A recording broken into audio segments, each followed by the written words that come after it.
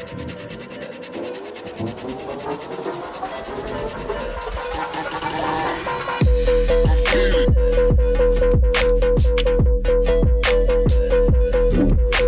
here.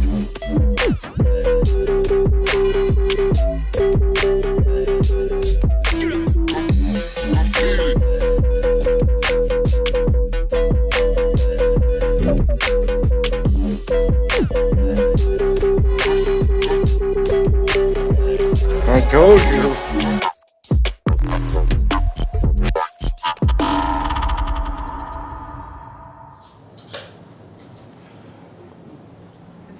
Welcome, ladies and gentlemen. Tonight's the night, and we have Vodkanaut in the house. It's all about Wi-Fi defense tonight. We'll be playing with lots of cool toys, but before we start, we have a few things we want to cover. Today, we need to make sure we understand upcoming. We have the Kraken Hour March 3rd. Following that, Gucci Home Lab. We're getting into firewall rules. Is that right, Fig J? Yeah, that sounds right. We'll do that. So, getting more into our labs on the 10th, and after that, we're looking at our pub crawl, making use of those Ponegachis that we started building out a few weeks ago. We're going to be taking them around town, seeing how far we can get stumbling drunk as we crack hashes. So, that's what we have coming up. For March, we should have one of our other fearless leaders, Cochise, coming back to torment us and to make sure that we don't forget his lovable style and demeanor.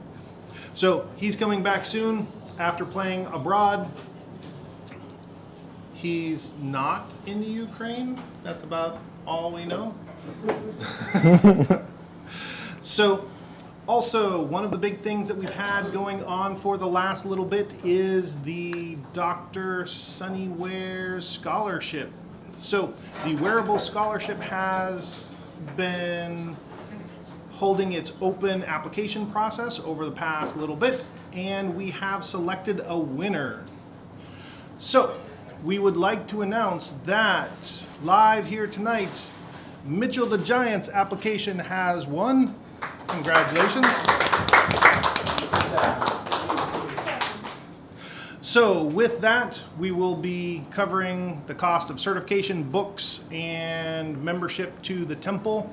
We are also going to be awarding some stuff to a runner-up. So another one of our interns has managed to eke in on second place. So Gingy. So due to the generosity of a bunch of our members and specifically Dr. Sunnyware, we are able to help these folks out with some scholarships.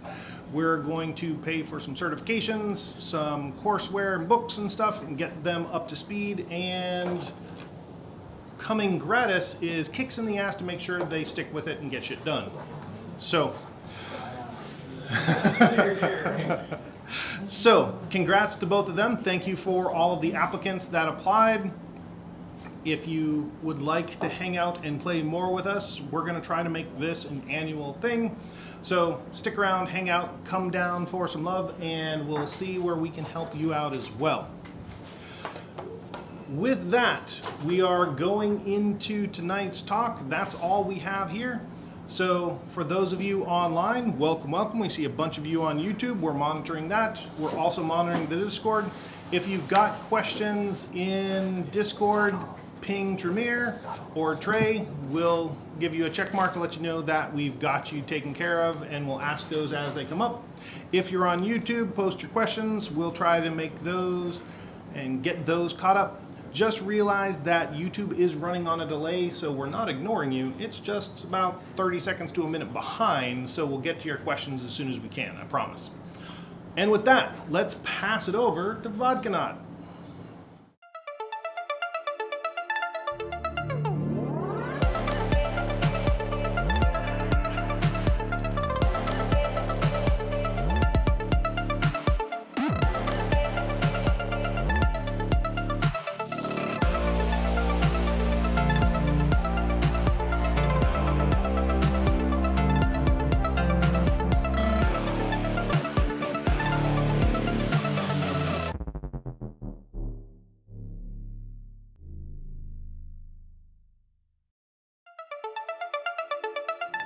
All right, good. All right, thank you everyone for joining. My name is Jacob Pinovich. I'm going to be talking to you tonight about some wireless defense strategies. Just a little about me. Oops, assuming this is working, there we go. Aha, technology. All right, so I work at Raymond James currently in a special project called Secure Design Consulting. I also love teaching Wi-Fi. I got a lot of certs. I usually try to get a couple a year because I find that they really kind of help me keep my skills sharp and stave off imposter syndrome. I don't know if you're like me, you're always kind of second guessing yourself, always wanting to kind of push yourself a little further. I go by Vodkanaut, of course, in the handle here, Vodkanaut777 on Twitter, and have a wonderful little web page up for some 1099 kind of contracting consulting work that my company is gracious enough to let me do. So if you've been around, you may recognize me. I did a live wireless hacking course just before COVID. It was the last time really I was out of the house, so this is kind of new for me, getting used to some people. I also converted that same training to an online class last year. So we taught the wireless hacking over Zoom, which was a really interesting experience. And I did a talk last year on when penetration testing goes wrong.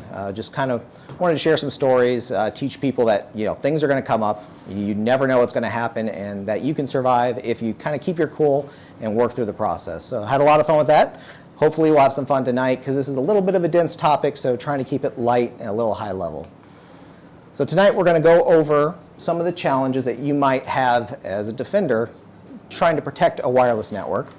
Go over some best practices, and then talk about some technology and some tools which I'll demonstrate that you can test out, use at home, and possibly even use for your small business, even scale up to a corporate level.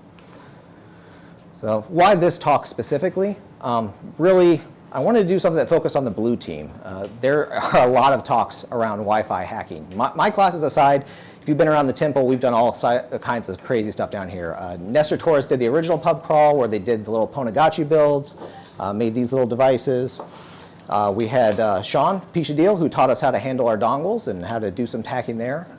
Secure Things did a great talk on wireless attacks called Get Off My WLAN, where she kind of went into some more advanced tactics, like actually attacking corporate networks and radius servers, that type of authentication. Something I usually save for advanced classes, and she did a great job with that. And more recently, we had Badger and Havoc. They started bringing back the Ponagachis. They did that live a couple weeks ago, and hopefully the demo gods will be kind to us tonight as we go through this process, like they were with them. There's also certification specifically for wireless hacking. You have the Offensive Security Wireless Professional, which now they've rebranded the training as PIN 210, and that is a class that teaches you how to do Wi-Fi hacking, and then you actually have to take an exam where you break into a series of networks and do a report on it. There's SANS has their 617 wireless, which is on my bucket list, especially if I can ever sync up a schedule with Larry Pesci. I hear he's an awesome teacher, personal hero of mine, so really looking forward to seeing if I can get that out in the future sometime. And then, you go on YouTube, you go on Udemy, and there's just all kinds of different videos. Pen Tester Academy has different courses. And then you look at software, and there's tools for wireless hacking. You have like Wi-Fight and Airmageddon, Aircrack NG or Cowpatty. If you're attacking WPS, you have Reaver, which is that little logo a lot of people might not recognize. You have Wi-Fi Pumpkin, Wi-Fisher. Then you have gadgets, all kinds of different things that can be used to attack wireless networks. So this is just a sample of different things from my tool set that you may see on a wireless test. Normally, I don't try to take all of that. If you ever try to take any of this equipment through airport security, you are always kind of selected for random screening. Okay. So, we have the software, we have the hardware, specialized gadgets, cool little things like these D-Author watches, where you turn them on and kick people off the Wi-Fi. A lot of stuff coming at the defense. And then add on top of that, community projects. There's programs out there like the ESP32 Marauder, made by Call Me Coco. Guy's crazy, also 3D printed and made his own personal night vision goggles. Really cool projects. You can check him out. If you go to DEF CON, you might recognize Sean Spencer's Wi-Fi Cactus, where this crazy guy took a bunch of Wi-Fi pineapples, stacked them in a metal frame, hooked them on his back and wired them to a car battery, and then walked around and recorded all of the Wi-Fi. everything. Each one of those was set to a different channel, and then everything was aggregated to a little pineapple or a nano, like the NUC rather, the microcomputer on top, and it aggregated all the data. And he's actually able to replay all the Wi-Fi, so he can replay the CTF events. Picked up everything there, so really cool talk on that. And more recently, we have the Flipper Zero, which is kind of touted as a wireless Swiss Army knife. So it does wireless, RF, supposedly you can do some SDR stuff with it, RFID cloning. I'll let you know, I backed it 2 years ago, and supposedly it shipped, but you know, it's coming from Russia, and they're kind of busy right now doing some other stuff, so it may be a little delayed. So we have all of that, and as a defender, you then have to face the fact that Wi-Fi is an easy target, because it's everywhere. It didn't used to be. It used to be that Wi-Fi was expensive, and you had to buy a big PCMCI card and slam it into your computer, and you know, try to get on the networks. But now everything has Wi-Fi. You have it on planes and buses, and you know, think about the last time you were at a place that didn't have free Wi-Fi. It's kind of become very ubiquitous, and sometimes it's not always set up correctly. So you'll have, you know, guest networks that connect to your production network. There's no segmentation at all. And then you have IoT devices that are hard-coded. They get flashed. They're little nice, you know, gadgets you have around your house.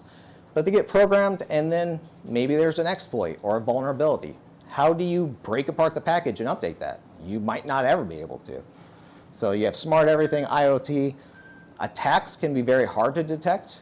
You can detect active attacks, like people kicking you off the network. But what if somebody's just sniffing your traffic and trying to catch your password or catch that handshake? You can't really detect for that because they're just listening. And you know, Wi-Fi, it's not really easy to hide unless you're going to invest millions of dollars in building a giant cage around your building that blocks all the signals, like a Tempest shield. Not really feasible. So this kind of makes it interesting because when you get down to it, Wi-Fi is like magic. Stupid, finicky, radioactive magic.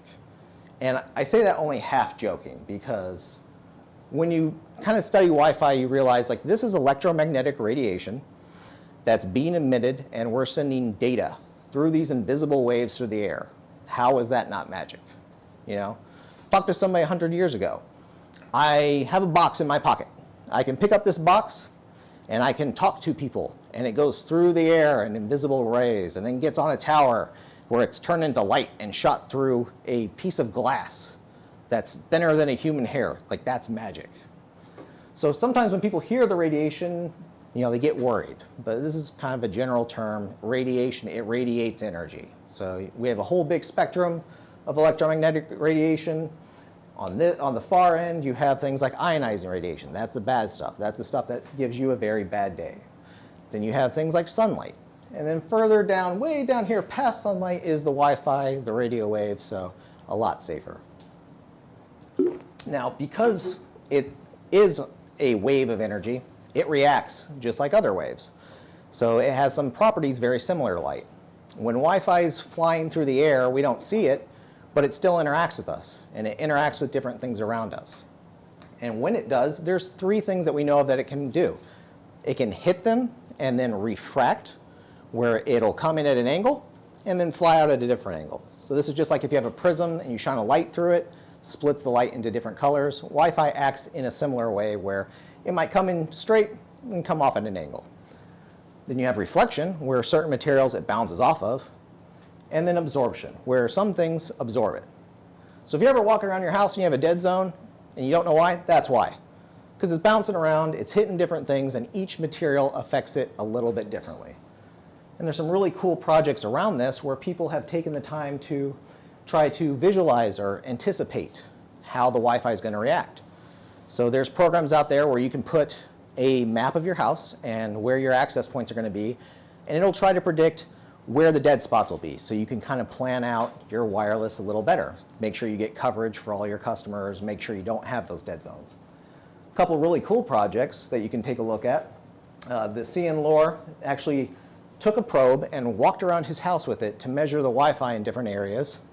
And then he's like, why am I doing this? I'm going to program a little robotic arm to go around space and actually map out the wireless signals. So he did this, and let me see if I can share this. Which way does the screen go? This is hard on this screen.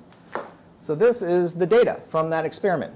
He actually took the probe, walked it around in a little square, and then mapped the data into OpenGL. And you can take this, and let me see if I can do this backwards. You can spin it around. So where you see the blue parts, that's actually where the signal's strong, and the voids, that's where there's no signal. So this is what's happening around us all the time, and it's kind of really interesting. All right. So another good project is the, Thought Emporium, where they did something similar. They built a little radio antenna and actually scanned an area outside of their hackerspace and then took a panoramic photo and overlaid the images, and you can see where the different labs and offices are bleeding through the building. You can see the Wi-Fi visually. So like, hey, if our eyes were like, mantis shrimps, we might be able to see Wi-Fi. We might have the receptors to pick up that level of radiation. We don't. That would be a little crazy. We have a hard enough time the way things are. So this is the invisible world around us. And this information is useful from a defensive point because when you realize that Wi-Fi reacts with different materials or works with different materials in different ways, then you can start to map things out. Come on. Yay, Windows. All right, so these different materials will affect your signal in different ways. Concrete, for instance, you'll notice it has a big impact on your Wi-Fi signal as opposed to glass. And when you're measuring these things out, you might recognize some of these colors, some of these terms. Really, it's just ways of measuring how powerful that signal is. So you have like RSSI, which is the received signal strength indicator, or you might see on certain tools dBm, which is decibels per milliwatt. All that means is, hey, how much energy is getting to me? If the energy is good, my connection's good. If the energy is bad, I drop calls.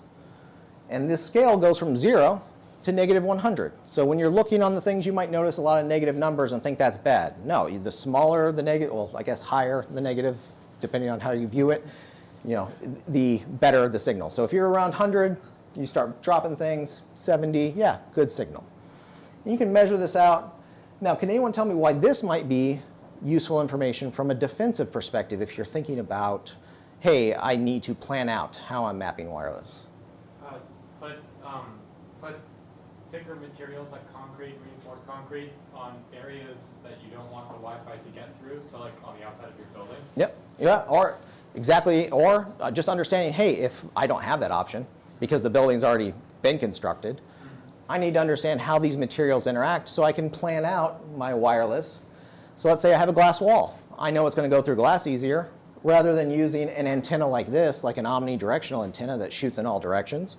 Maybe I'll take a directional antenna and I'll put it so that the weaker part of the signal is towards the glass and the stronger part still covers my customers. So if your signal bleeds out, you need to know that. That's useful information. What if there's an area outside your building that has strong Wi-Fi? That means somebody can sit in that area and get on your network and attack your network, and you might not know. It's kind of expensive to defend against that, but it's easy to just put up a camera and point it at that place and look, hey, maybe we keep an eye out for a van with a bunch of antennas that parks there on the weekends. That's a little suspicious. Or going the other way, if I know these materials allow Wi-Fi through, maybe I know where people might sit to put up a rogue access point or attack my company. Same principle, just keep an eye on that area. It also helps you plan it out so you're not wasting a bunch of money on antennas you don't need. You can get better coverage and actually map out your deployment and try to save cost. So defense, as we said, it can be hard. You have all these things going against you. What do you do as an attacker, or a defender rather? What do you do to kind of protect yourself? Well, really, there's going to be a few basic steps I'll go through, some simple things. I don't want to go too in depth, and then we'll talk about some tools that may help you with this process as well. First thing with the blue team. This sounds like common sense, but you'd be surprised how many assessments don't have this. Inventory your stuff. Make a list. What do you have? If I know everything I have is Cisco, and then I have a tool and it sees like, oh, a Huawei device just got plugged in, that's a red flag. We don't have Huawei. Yeah, know what your devices are. Know what software they're running. Do they need to be patched? Have they been updated? Then you can worry about other security measures. A lot of times if you look up defending, one of the first things they say is hide your Wi-Fi, hide your SSID or your Wi-Fi name. And yeah, that'll help with common people jumping on your Wi-Fi, but a lot of times it can have the opposite effect. If I know anything about Wi-Fi and I see something hidden, I want to know why it's hidden. What is there? I would like to see what is there. So in my experience, it actually has the opposite effect. It's easier to make it an obscure name, maybe something that doesn't look like it's related to your company, than to hide it. The other side is best practices, and that's a very general term. But this is as simple as let's set a password. Let's actually lock down our stuff. Let's change the defaults when we take it out of the box and plug it in. Yes, question? You mentioned making it an obscure name that might not have anything to do with your company. What if you're a freestanding building and you're the only Wi-Fi that's around? Well, I mean, with Wi-Fi is always broadcasting, so you have to assume that there's going to always be some security risk and kind of adjust accordingly. Okay. It's just like being in an open room. If you talk on your speakerphone and you're in a room full of people and then someone reacts, you can't yell at them for listening to your conversation. You're broadcasting out. Same with the Wi-Fi. You're broadcasting that energy out. If you have the right tools, you can listen for it.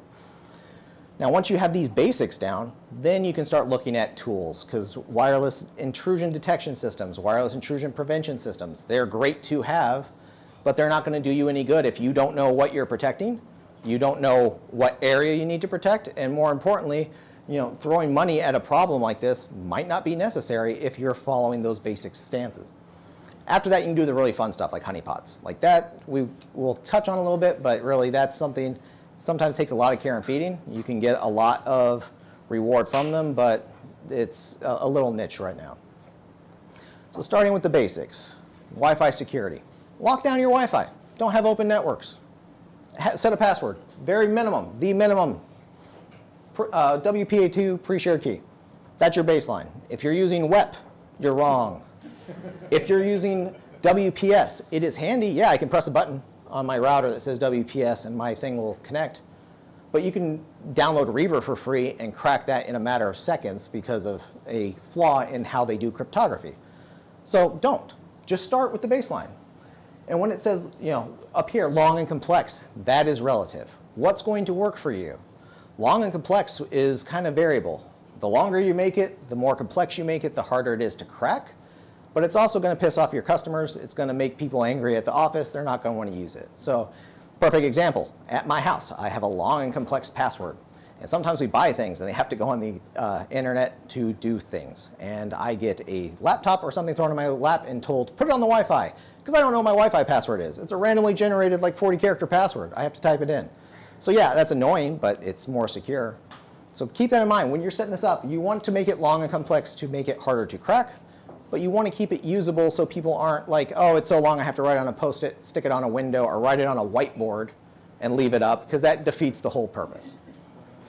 Now, building on that, WPA2 has Enterprise, where, yeah, you have now a added layer of, you have to authenticate and then sign into a Radius server and prove that you're an employee. This adds some security. It's not undefeatable. There's ways to get around it, as we saw in Secure Things talk. But it does make it a little bit harder. You do have to invest more time in attacking it. So, hey, why not take that extra step? Especially if you already have the Radius server, maybe doing other things there. Just incorporate that. So a newer technology now that we have is WPA3.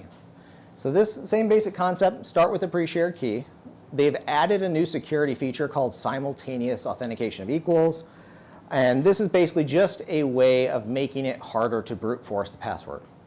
Now, keep in mind, just like with any new technology, it's still getting out there. They've already found potential issues. You can look up an attack called Dragon Blood that talks about how to overcome some of these implementations. So just because it's there, don't assume it's secure. Keep up on it, but it will add more protection. And then WPA3 Enterprise kind of builds off that same stance of WPA2. You're authenticating and then having to validate through a server, but this actually adds a certificate check. So if I am spoofing you, I have a fake server, it's going to be harder for me to then take your credentials or set up like a rogue access point. So these are just the basics starting from there. Once you've locked down your Wi-Fi, very simple thing you can do, Segmentation. Don't have your guest network touch your production network.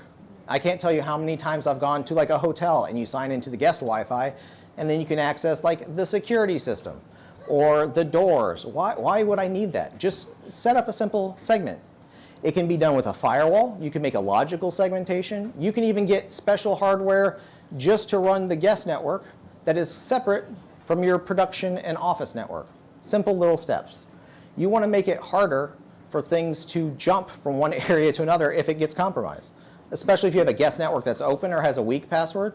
Why would you want that to have access to your office where you have filing or account information and credit card numbers?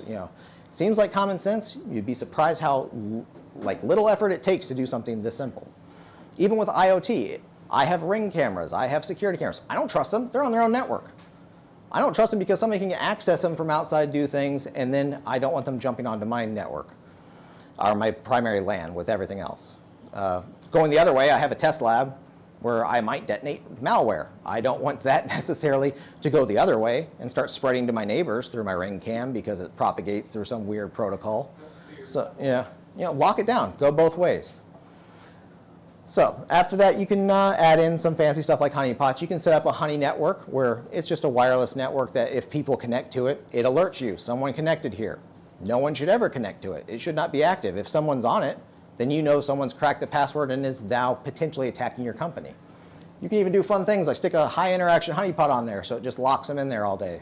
Like they break in, they think, oh cool, I got into your company, I found a server and they're messing in there and just wasting time and alerting your incident response team so that they can take action, track down the people, maybe lock it down. All right, so after you have these basics done, then you can start looking at the different tools that they have. A lot of vendors now have built-in security features. They've started to adapt slowly, but they are adapting. So they have things like rogue access point detection built in. Sometimes if you buy a newer home router or a high-end gaming router, you might have this feature. You might have it not even know it's there, may never have turned it on. So there are features like rogue access point detection and wireless intrusion detection where it looks for access points like, hey, I have corporate network 1, everything Cisco. A new device just popped up that also says corporate network 1, but it's a little bit different, so this might be someone trying to spoof you. And it'll create alerts. Or it'll see like, hey, everything else is using WPA2, and this thing just popped up open. Is that something that you want to take a look at? So take a look at your tools, see what you have available, and then look at how they alert you. Sometimes you can set up an email alert. It'll send you an email. Sometimes you have to log into the UI. So that's something that you have to account for. Maybe you have a person whose job it is to go into the tools and see if there's any alerts. A lot of the tools will let you forward things on to like a SIEM, our security incident, the security management tools, or like a log aggregator, which great step to have. You can set up rules where if this alert triggers, then I'm going to go ahead and send an email to a team or send some type of alert via text message to let you know that I'm seeing this weird thing. On top of that, they have standalone wireless intrusion and detection products that you can buy. These can be pretty expensive. They work well. A lot of them will be in the thousands of dollars range, sometimes hundreds of thousands, depending on the specialty. They even have ones now that detect drones and will actually send signals to take a drone out of the sky or try to reset the drone or fry it with a microwave. So we're starting to see these around different power plants. From there, you can also look for commercial add-ons. Great example, Cisco bought Meraki. And then they kind of messed it up a little, and then they fixed it a little, but they have a fun product called Air Marshal. And the Meraki Air Marshal rather, has a interesting tactic called containment, And containment seems great on paper. I see a rogue access point. It looks suspicious. I'm going to classify it, and then I'm going to prevent people from talking to it. But the way that it prevents them is by de-authenticating anybody from talking to it. So can anybody see why this might be an issue on your network? Oh. Yeah, exactly. So with the SSID, in this case, it goes a little bit further and interrogates like the MAC address. But basically, let's say it misidentifies something. if you're in a building and your neighbor company has Wi-Fi and it thinks it's a rogue access point, it will de-auth everyone from connecting to that rogue access point. Actually, in testing, when this first came out, we found a fun little feature. If you clone the MAC address and you clone the SSID of a legitimate access point and you transmit at a higher power, it thinks you're the legitimate access point, and it starts de-authing everyone from the real company access point. So yeah, these tools are great, but you got to keep in mind that they might have some failings. You might need to test them and calibrate them, and at the very least, not kick everyone off the Wi-Fi around you. It's not good business practice, and it's going to give you a very, very bad day. So these are some of the just steps you can take after this. From the corporate side, if you don't have a budget, the next question I get is, are there free tools? Is there something else I can put out there? So looking at like open source or community solutions, this is a problem people have been trying to tackle for a long time.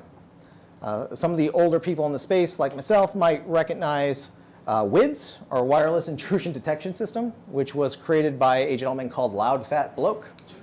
Yeah, I know, right? Member berries. This was 2003, I think, was the last time it was updated. So this started off, this was kind of like one of the first kind of free tools out there. There are several companies that took this and kind of built off the concept and then became privatized companies that sell very expensive equipment. This project kind of fell off, but it was cool for its time. It would integrate with Snort, which I don't know if it's still free after Cisco bought them, but was like a intrusion detection system that you could run. It would also connect to RealSecure, which is the predecessor to IBM's QRadar and a few of their other tools. So fun little project, interesting. You can still find copies of this. It'll still run. It does take some tinkering. Sometimes you have to find an older version of Linux or BSD to run it on. But kind of interesting to see where it was a little bit ahead of its time. Yeah, I know. I was doing some research trying to find other ones, but yeah, building on this, another tool that if you do anything with wireless hacking, you will definitely recognize. Kismet. Kismet is a great tool. It is open source. It is free. It not only does Wi-Fi, it does Bluetooth and software-defined radio, and you can hook up little GPS dongle to it, and you can do war driving, which is really fun. Not only that, it runs on everything. Windows, Linux. Great little tool. You buy that, you buy an air card, you can do a lot of things. If you're on a defensive side, you can do this just to monitor what's around you. It's not going to hurt to know what Wi-Fi is around you, especially if you're in an urban environment or a target-rich environment. Just know what's normal. Then you can know if something weird pops up. So Kismet I've used a lot for wireless assessments. You can kind of see the progression. They have the new UI, which I like. It's so much easier. The new REST API makes it so you can do some fun things with it. That Cactus, like I said earlier, it was running Kismet. Each one of those pineapples was running this program, each one monitoring a different channel, recording everything, and aggregating it on top. So, simple, fun to use program. This is, the war driving, like I said, you plug in the GPS. This is from a war drive I did around the Raymond James headquarters. This is all the Wi-Fi around there. You can take this, pop it into Google Earth, and you can actually replicate the drive. You can see the whole path it took.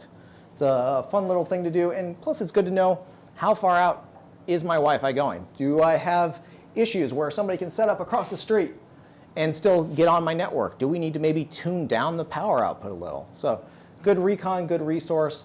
Something I didn't even know till doing research for this. It has a wireless intrusion detection system built in. I had no idea. I've been using this tool for years. I didn't read the documentation because, it's a bad habit. But yeah, if you read the documentation, there's a whole website about the alerts, like duh. And then you go in there and you can set different alerts for like deauth floods. You can set alerts like, hey, my crypto changed, or my SSID all of a sudden seems to be a lot weaker than before, or a lot stronger because somebody's trying to prioritize a connection. The other thing you can do with this, like with the REST API, you can integrate this into tools you custom build. You can forward to a log aggregator through syslog, so you can record that data. You can set custom alerts.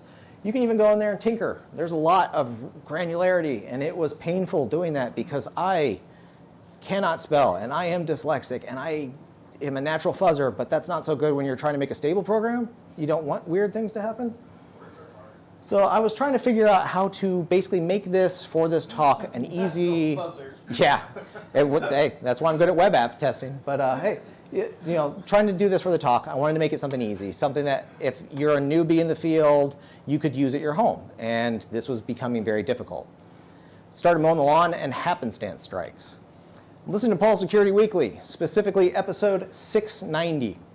And I start hearing about this free open source product that does everything I'm looking for because I love this community. That's what we do. If there's not a solution out there, you make it, or someone else makes it, or you combine projects and make something. So, obviously podcast, I can't see the thing. I wait till it gets up on YouTube, rewatch the episode.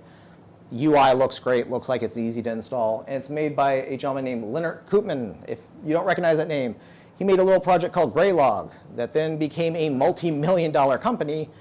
And I guess running a multi-million-dollar company, he needed a side project. So he did this for fun and just for his love of tinkering, and it's awesome.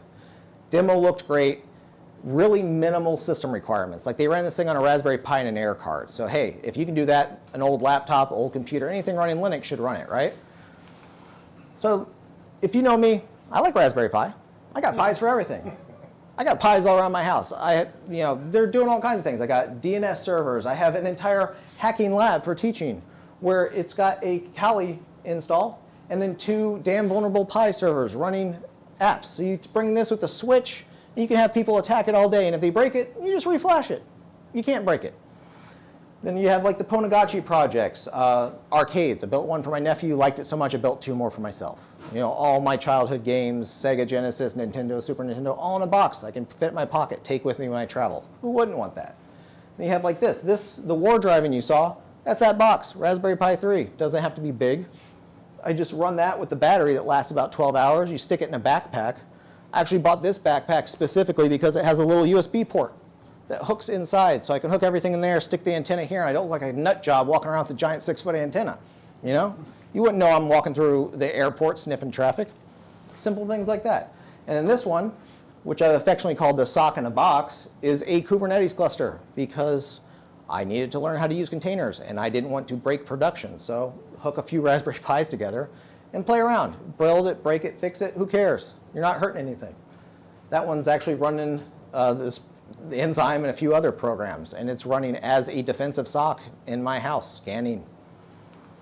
So went to the site, looked at the project, everything I was looking for.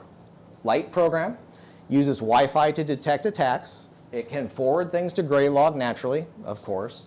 You can also forward to syslog. And it has a bunch of pre-configured alerts, things that I didn't find in Kismet. Like this will tell you if a pineapple's near you.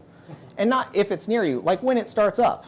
When I'm testing this, I'd plug in my Ponagachi, and it would tell me my Ponagachi was nearby before this thing actually booted up the screen and started attacking. That's useful information. Now this is designed to be stationary. Kismet's designed to be mobile. And that's what I want. I want a stationary defense. I want something that's going to sit there and just protect an area. My business specifically, my home, just stay in one place, let me know when things come by. So, grabbed a Raspberry Pi, grabbed an Alpha card, misspelled the name on the label, but labels are expensive, so why redo it? And then followed the setup.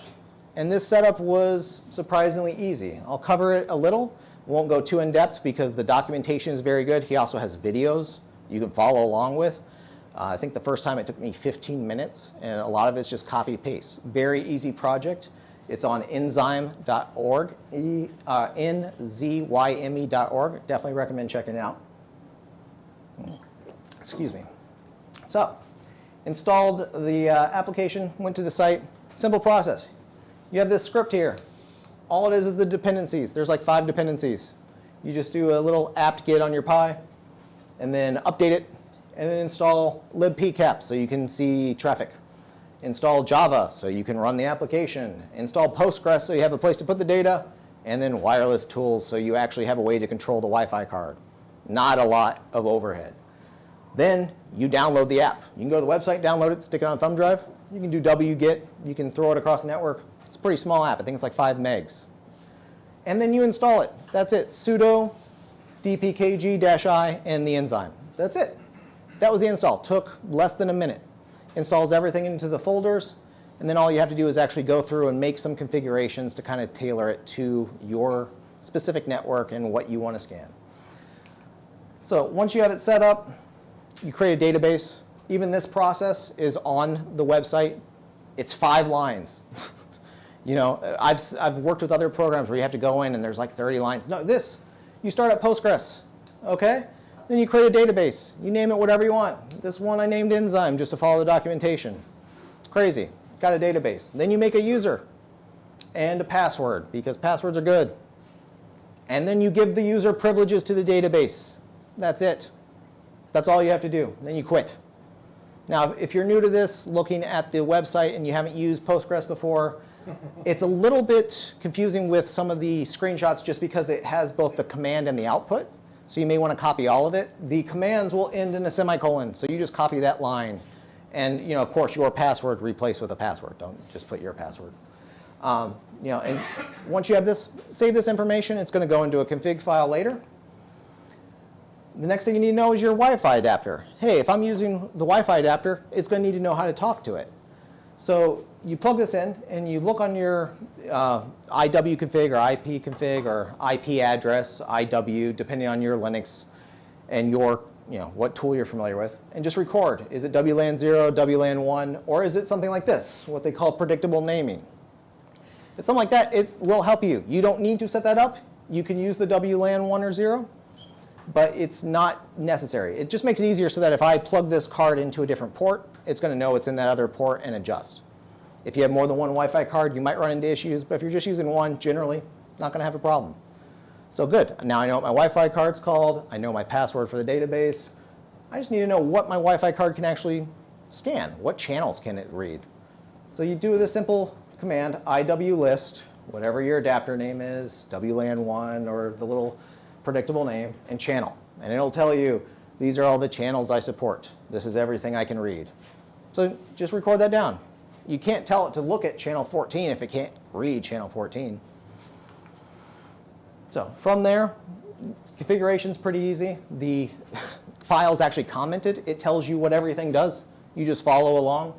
All you're really going to do is set a password for the API, the web interface, and they actually take the step of, you know, don't store the password there. You don't put clear text passwords and things. That's stupid. You make a hash. You put the hash there. It shows you. You copy this and put the hash right in there, and you know, whatever password you want. So you know, I use Neon Temple 22 or whatever. Throw that in. Put the hash in there. That's going to be my password when I go to the web portal. From there, this is already configured. If you install Postgres, you just type in your username and password in that file. That's it. Unless you did something, you know, fun where you have a distributed log service, that should be fine.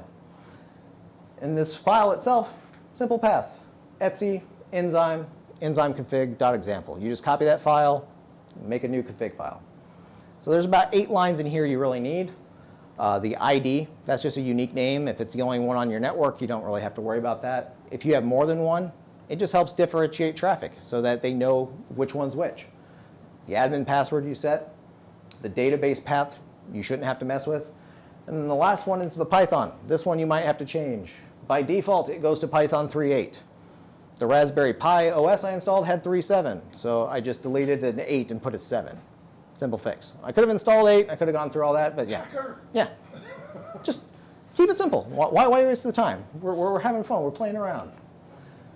So with this config, that's all you really need to start it up. You don't have to set the monitors or the wireless. It will walk you through all that. But some things to keep in mind when you get to that phase, you know, you're going to need to know the channels. You're going to need to know what Wi-Fi address you're going to be scanning. And it's going to be put into the file as an array. So just an example of what that looks like, because it sounds complicated, really not. Here's 2 air cards, green air card, orange air card. Each one of those is a different USB device. You go into the config file under the monitor section, and you put the air card name in there. And then you put what channels it can monitor. That's your monitor, that's your probe, easy. If you have another air card, which this one I set up for the 5 gigahertz range to scan, you know, the 5G networks. Yeah, second air card, orange. Just put in that new air card. You make another block. Just copy that section, put it right below, fill out your information. Air card channel. That's it. Now you have something that can monitor. Later, you can come back and you can fill out the other information. Like, hey, these are the Wi-Fi networks I want to keep an eye on. These are the ones that are important to me. You don't have to fill this out. You can start up the application get this information. All of this is actually in the UI. It's very easy to find. So you can take, the fingerprint. This is what Enzyme uses when it sees your network. It goes through the packet and actually creates a unique fingerprint. So if somebody clones everything about your Wi-Fi, hey, it has the same wireless access ID, it has the same security, it has the same MAC address because they cloned your MAC address, signature is still going to be different because of how it, actually reads the file, what the energy output is, how far it was. And there's documentation on the site that goes into how these fingerprints are created. Sometimes you'll get more than one fingerprint as it moves through channels. So that's why I have these examples here.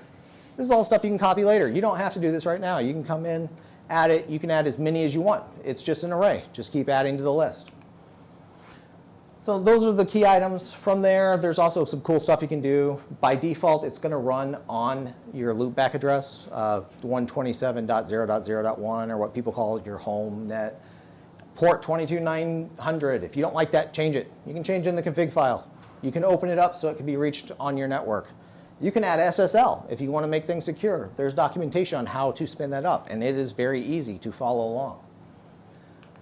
So that's pretty much it. After that, you can start it up or make it a service so that when the system restarts, it's still there. So this is a simple command, sudo systemctl enable enzyme. Now you've made a service. Your computer restarts, you lose power. When it comes up, that's a service on the list. It's going to bring up. After that, you can start the enzyme, and then you can check on the status using a similar command, systemctl status. That's it. And when it's up, you just go to the website. You go to that little URL and you log in. And it gives you, a space for the admin username, which is the default, and that hash, whatever password you created, you just type in the password there. It hashes the password, compares it to what's in the file, lets you in. So easy setup, took 15 minutes. Actually, before coming here for the demo lab, I was setting up a Raspberry Pi and testing it, and it died. So I rebuilt this entire lab 2 nights ago while stressing out, and took less time, about 10 minutes, because I already had that config file saved, so I just copied it over. So now we're ready for a bake-off. Now, what I did was I took the enzyme, and I'm like, okay, this is a great little project, but let's see how easy it is compared to Kismet. I took another Raspberry Pi, loaded it up with Kismet, and I wanted to do a one-to-one test. And if you're not familiar with a bake-off, it's kind of a term used in the corporate culture where I like your product, but it's expensive. I want to make sure your product works for me, so let's try it out. And maybe we'll compete with another company that does a similar thing, just to see which one works best for us. So I made my own bake-off.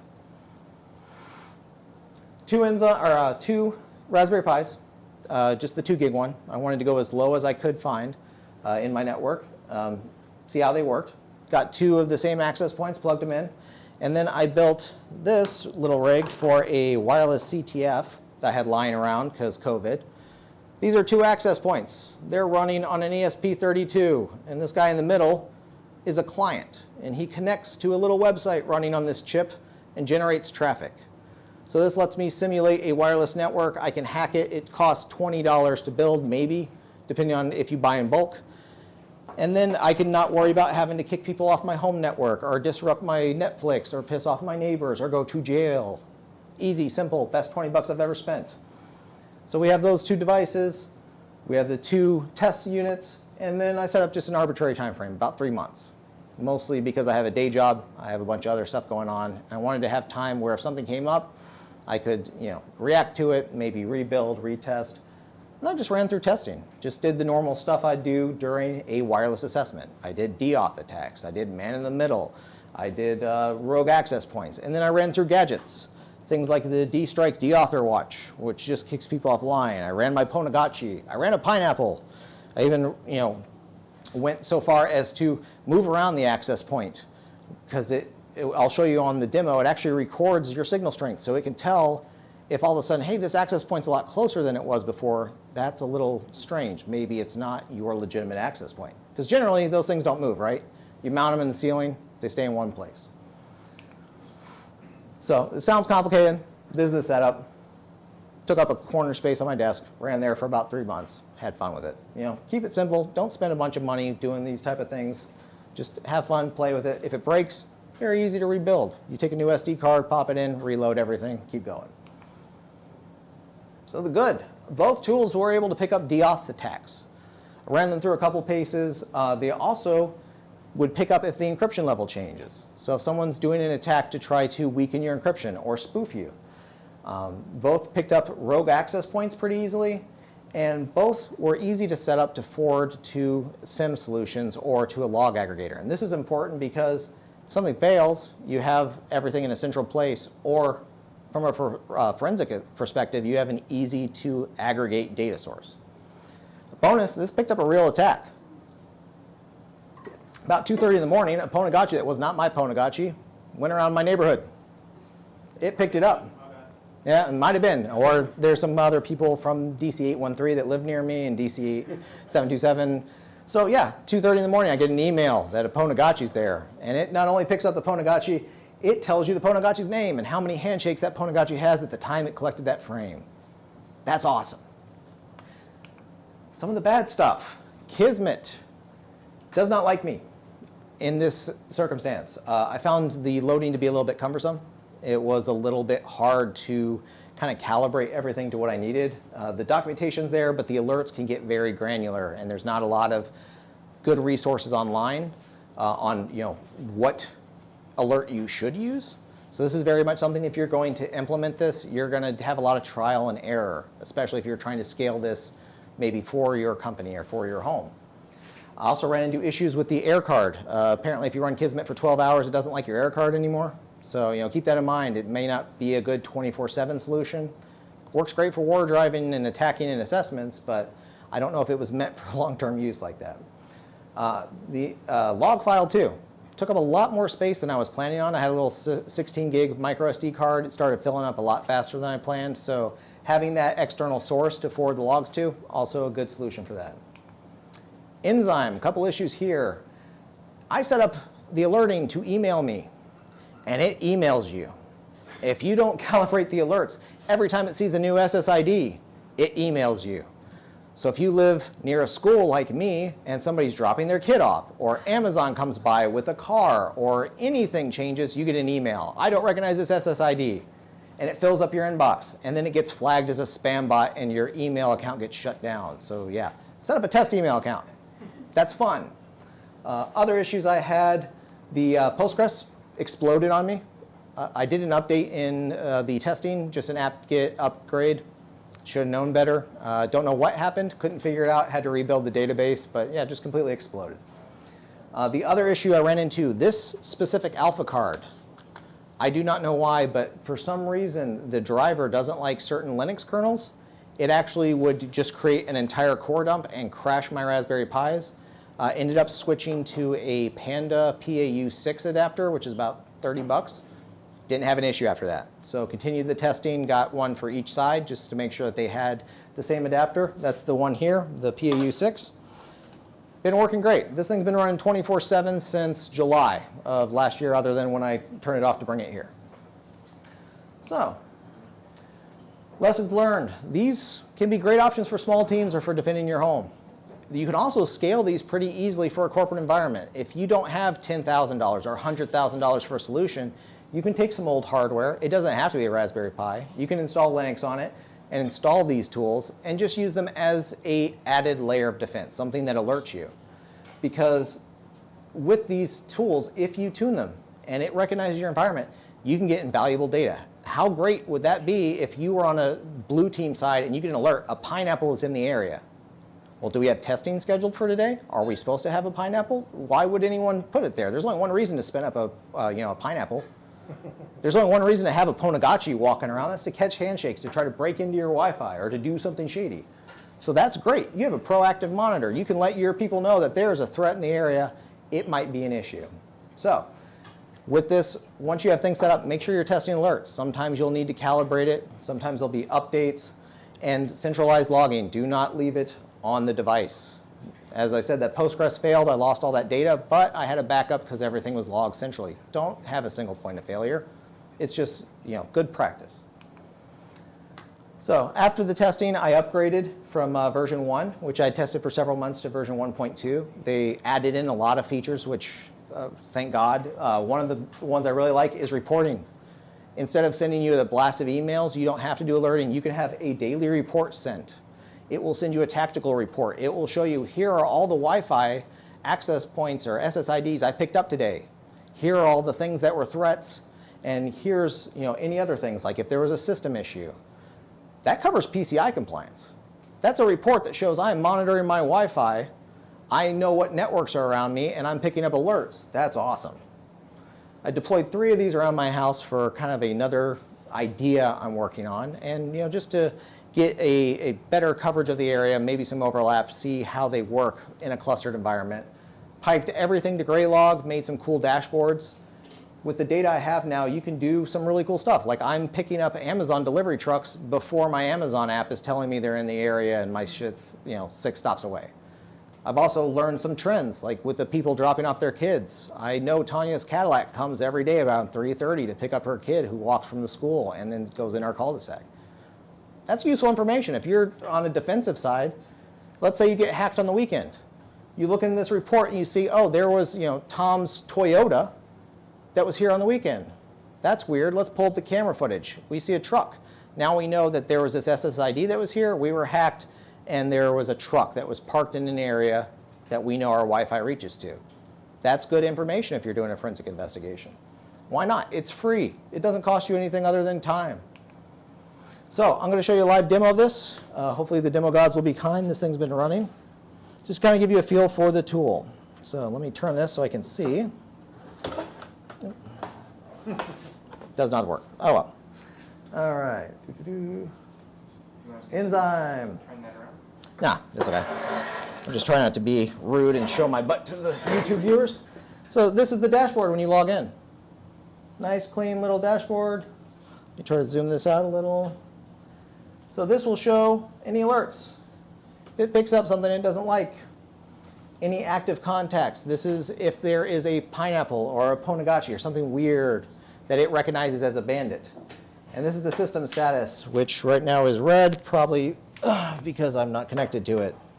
Yay. So going through the URL, it will also give you the beacon rate. So you can see, like here, I just unplugged. Wait, relog. Connecting, come on. Technology. All right, so there we go. So this is the beacon rate. Right now it looks like one of the probes failed, probably from when I was picking it up, because that's how things work. So down here you can also see deauthentication frames. If you see a lot of deauths, it's normal for it to see a few, like maybe 30 or so in a given day. If you see 100, something's up. Somebody's doing something funky. It'll also give you the last 5 alerts down here. So this dashboard is very user-friendly. It gives you a lot of data. And you can actually go into the alerts, like, hey, I want to see the details. What does that mean? And it'll tell you, like here, this is saying that there was a probe failure because this thing doesn't talk anymore. So it lets you know that your listening probe is no longer working, so you can address that. You can go into the other alerts, and it gives you all the alerts that have occurred. So here, there's an unknown SSID. This SSID came in. You go into the tab, it tells you all about it. There's the name, there's the MAC address, BSSID, there is a fingerprint. Why, if you want to hit learn more, it'll take you to the website and tell you why it considers this a potential issue. So, if you're setting up alerting, your team can come in here and start addressing things very easily. And one of the first things you'll do when you come into this board, you have the probe set, you want to monitor networks, you can actually just look at what networks are around you. So in this case, you can see the 2 Vodka Bot. These are those little chips up there. Let's say I want to monitor this network. So you go into the network. If it's monitored, it has a little heart there. If it's not, you just click on this network to get some more information about it. And it'll tell you all about the network. What is the beacon rate? How often is it talking?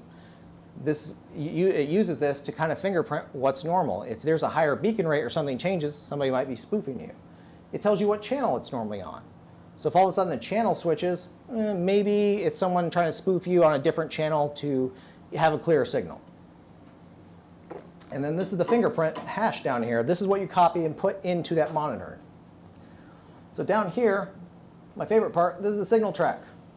So it tries to take data over time and actually kind of create a track of what's normal. So let me see. and then it creates like a little box around this. This is where your thing normally sits. So if you move an access point, you'll see the signal track moves because it's closer to you or it's further away. That energy changed, something changed. So if this is here and all of a sudden you see a new signal track, your access point may have moved. Someone may be spoofing your access point and they have just copied everything to make it look legitimate. It's good information to have. You can also do fun things. It has pre-configured bandits. So it recognizes Yfisher, it recognizes pineapples, it recognizes Ponagachis, and it will alert on this. Right now, it's picking up 2 different versions of a Wi-Fi pineapple somewhere in this building. It will tell you when it turned on. It will tell you when the last time it saw it, so you can see how long it's actually been active. You can actually create your own bandit. Like, hey, if there's an SSID or something that looks finicky, I want to keep an eye on it. You can create a bandit. We'll just call it test and just put in some stuff. So you create a little bandit. Wait for this to load. Come back to the bandit tracker, and then you tell it, hey, this is my bandit.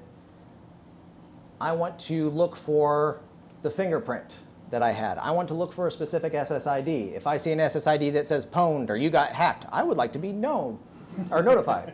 You can look for Ponagachi identities. So you can create your own bandits. If you have an IR team running this and they see something suspicious, you can put it in here so you can track how many times has that guy come near our environment? How many times has that access point or that device been here? Is it something we see regularly, or is it someone that maybe is coming by every couple days because they're profiling the building because they may want to take what you have? So very easy to use system. They've also added in the reporting. You have, system status, click too soon. So they have reports. You can create different reports. You can have them fire multiple times a day. You can have them fire daily. It'll do a wireless survey, like I mentioned, where, hey, this is just all the wireless I saw today. This is everything around me. And it'll have different reports. Let's see, let me open one. So this is an example, date and time, from this block to this block. Here's all the SSIDs I saw. All of these hotspots are Amazon delivery trucks in my neighborhood. You can see like, oh, somebody's GMC with a hotspot. And you can correlate this data. You can pop it into a SIM or a log server and actually create rules to notify you. Yes, question? I was just about to ask what would you recommend for like wirelessly monitoring the information of this? I actually have this plugged into Graylog. I've created some Graylog dashboards specifically for that just because they work really well. I've also popped it into Alien Vault's, what is their open source SIM solution? Someone in the comments probably knows. I'm drawing a blank. But yeah, you can pop it into pretty much anything. It supports syslog, so anything that ingests syslog, you can make your own ELK stack and just ingest everything there. Security Onion has some built-in tools. You're just forwarding this as syslog traffic to whatever tool works for you. And it copies the whole frame. So everything that you see here, it'll have all that information. So you can correlate, like, show me every time this bad SSID showed up. And that data is a data point in the packets. So very easy, free tool, scales very well. And as we can see, we already have some new bandit contacts that popped up. So let's see if any of these are Ponagachis. So Wi-Fi Pineapple, so I'll plug in my Ponagachi if I don't disconnect. If anybody has theirs, feel free to play along.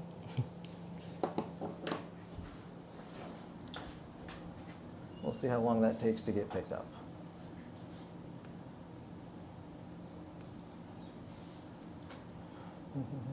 So that's about 4 hours ago. So it usually doesn't take too long. Sometimes proximity can be a factor, but when you go into these details, it will tell you all about the bandit. So let's see if it actually has the Ponagachi label.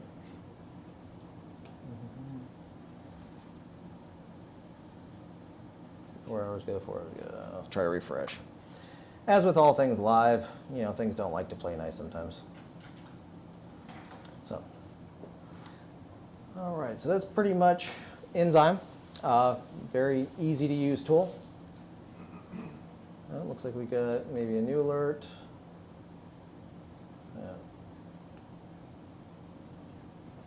Yeah. So it doesn't look like it wants to play nice right now, but I digress. So other than that, go back to the presentation. All right, there we go. All right, so next steps.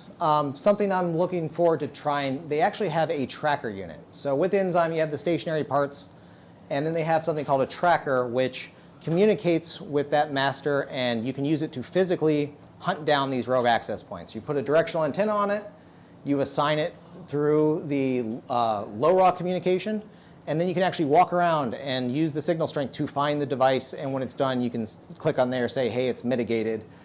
Maybe this would give you a leg up in a CTF event if you have basically a signal tracker that gets, as you get closer to the device, shows you you're going the right way. They also have traps. That's what the Python library was for in there. They have different kind of honeypots where if you have an extra wireless card, you plug it in and it'll broadcast a SSID that's enticing, tries to get people to connect to it, and then gives you an alert when people connect to that network. They don't support WPA3 at this point, but that is something I'm looking forward to see how they scale that out. Trying to be active in the community and give back to see what we can do from there. So that was a lot to cover. Just a quick checklist for Blue Team, because I know we kind of digress into a couple different areas, but just starting simple. Take an inventory, know what you have, then you can start to assess your network, see where you're covering, where things go. After that, check the security settings, check the default configs, make sure you're updating your devices, make sure you're not just leaving 10-year-old WatchGuard firewalls on your really, really expensive industrial equipment. And that's kind of an inside joke that some people will know. Segment where you can. And then once you have the basics down, that's when you start looking at the tools. What can the tools do for me? What makes sense? Don't go out and spend a bunch of money if there's free resources that are going to work better. Those resources can be spent on all the other technical debt and issues that I know are in your network. Getting money is hard. This is a free tool. Why not try it out? Mature your program slowly. Don't try to force everything all at once. That never works, especially when you're trying to get management buy-in. Take it in steps. Show them why this is valuable, why we're taking these steps. And then after you have everything done, audit. Make sure that you're recording changes, that if new wireless devices have been added to your network, your networking team has notified you so that you are monitoring them. Sounds crazy. That never happens. No one ever just plugs in devices and then 2 months later you hire a pen test company to come and you're like, what's that device? Where did it come from? How long has it been on my network? And nobody knows. That's not infuriating. And then regular testing and validation. It's great that you set things up, but have a second set of eyes look at it, especially if it's a third party or an attacker, because attackers keep up on the latest threats. They keep up on the latest tools and techniques, and they might be able to help you calibrate your tools. If you have a defensive alert set up and it's not working, then I can come in as an attacker and I can purple team with you. I can keep running attacks until it works. We can figure out why it's not working and then give you the best bang for your buck. All right, so that's pretty much it as far as the presentation goes. Definitely going to stick around for some Q&A. And if you have any questions, if you're on the Enzyme Discord or the Neon Temple Discord, I go by the same handle on both, Vodkanaut. I would love to help you out any way I can. So any questions either in here or online?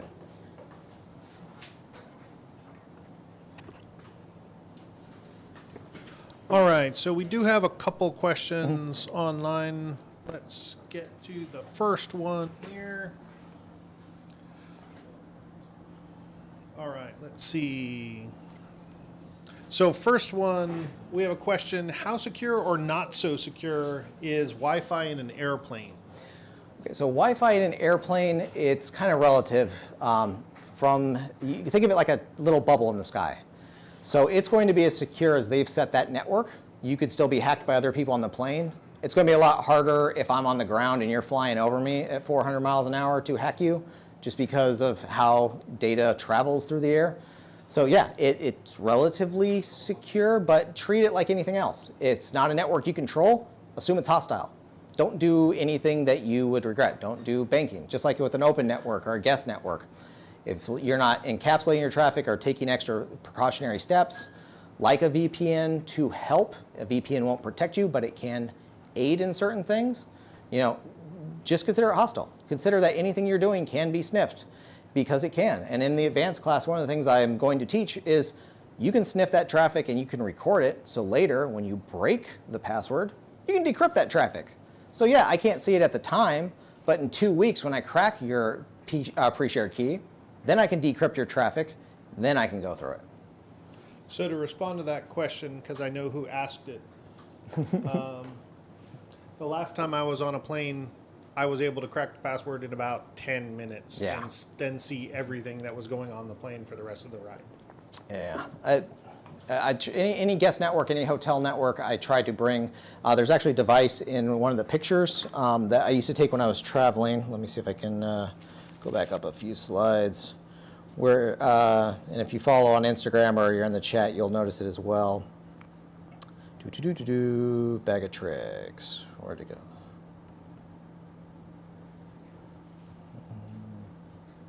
Bear with me. There we go.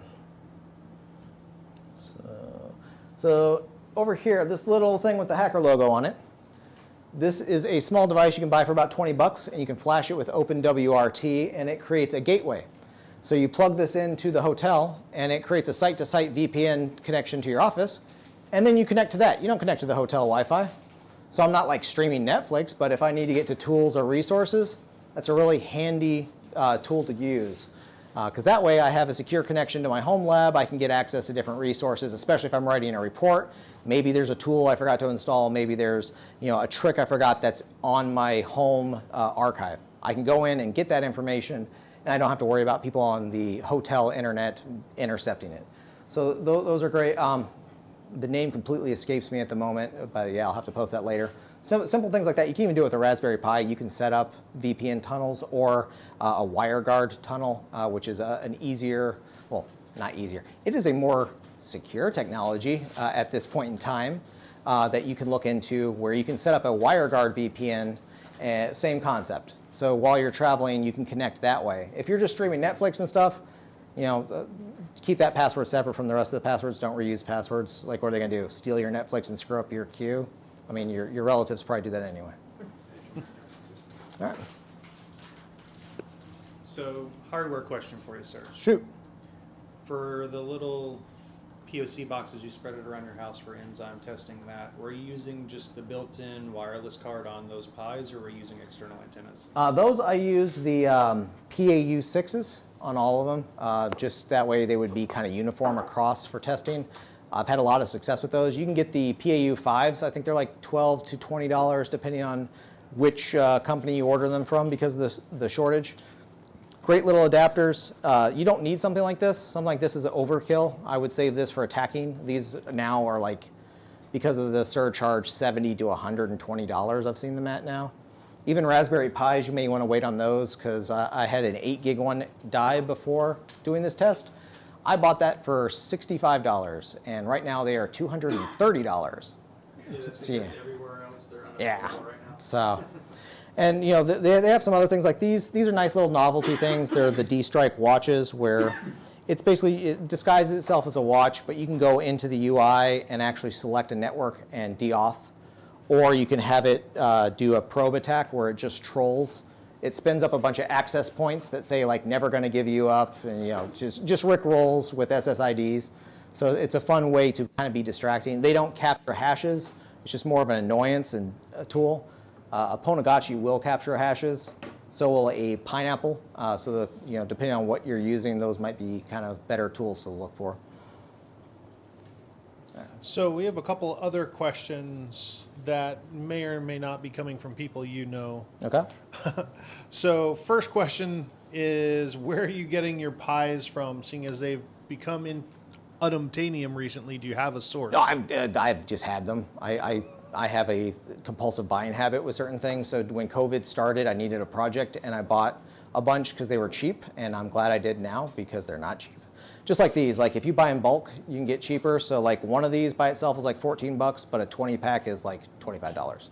So when I built out a lot of the stuff for the pub crawl, I wanted to have some extra pies and things on the side, especially for my advanced Wi-Fi hacking class, so that I could provide tools if a student showed up and did not have things. We ran into that a little bit with the live training where people didn't have adapters, or I kind of didn't think like, oh yeah, I should probably tell people you need these tools and these adapters ready to go. So there's a little bit of some spin up time. I wanted to avoid that with the advanced class where, if your tool's not working and you can't get it to work, or it's having some weird issue, which happens to all of us, there would be a box there that's pre-configured that you could just jump on and follow along. So yeah, I bought a bunch then.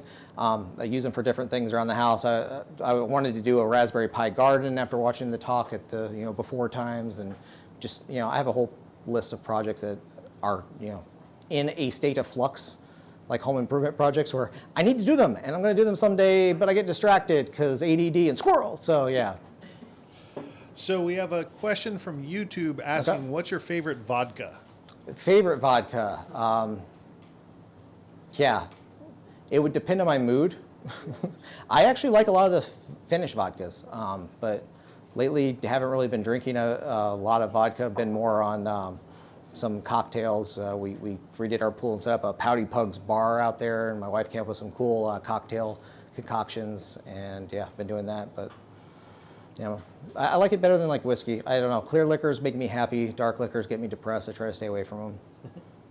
So another question from someone with a fedora asks, do you have any new recommended phishing link splash pages to top your one from Archer Pirate Virus last year? No. I've been more focused on this side.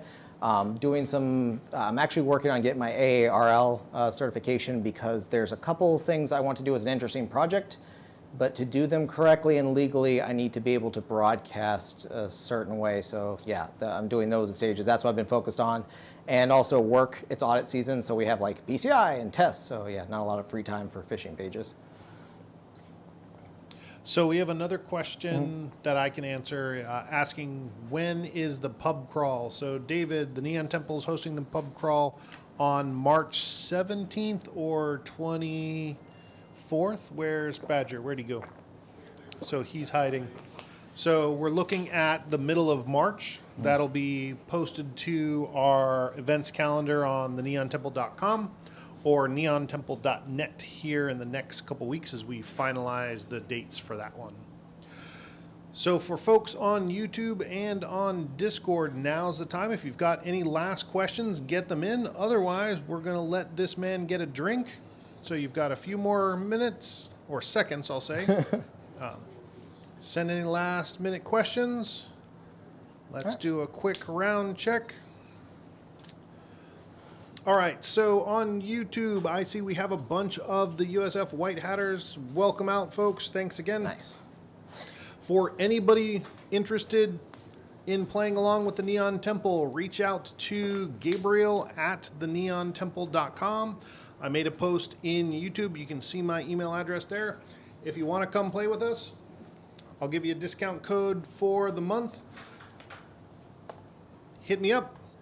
Or come on down and say Tremere invited you online, and we'll get you going for the month. You can join us, come out and play with the pub crawl. With that, we have a bunch of people saying thanks online. It was an awesome talk already. Awesome. So we'll wrap there. Congrats. Have a great evening, folks. Until next time. Bye. Appreciate it. Thank you for listening to my rambles.